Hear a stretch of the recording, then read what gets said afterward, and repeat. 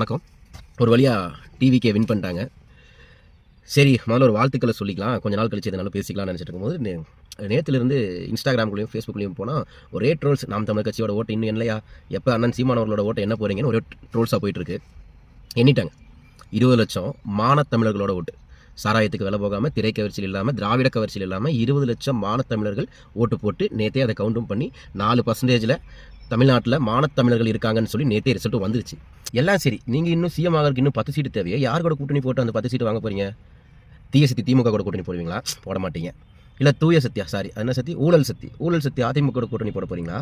இல்லை தலித் மக்களுக்கான தலைவர் நான் தான் சொல்லிட்டு நாங்குநேரியிலிருந்து எங்கள் தலித்துகளுக்கான எந்த பிரச்சனை நடந்தாலும் அதுக்கு குரல் கொடுக்காம திமுக கூடயே ஒட்டி சொம்பு தூக்கி தெரிஞ்சிட்டு இருந்த விசிக கூட கூட்டணி போட போகிறீங்களா?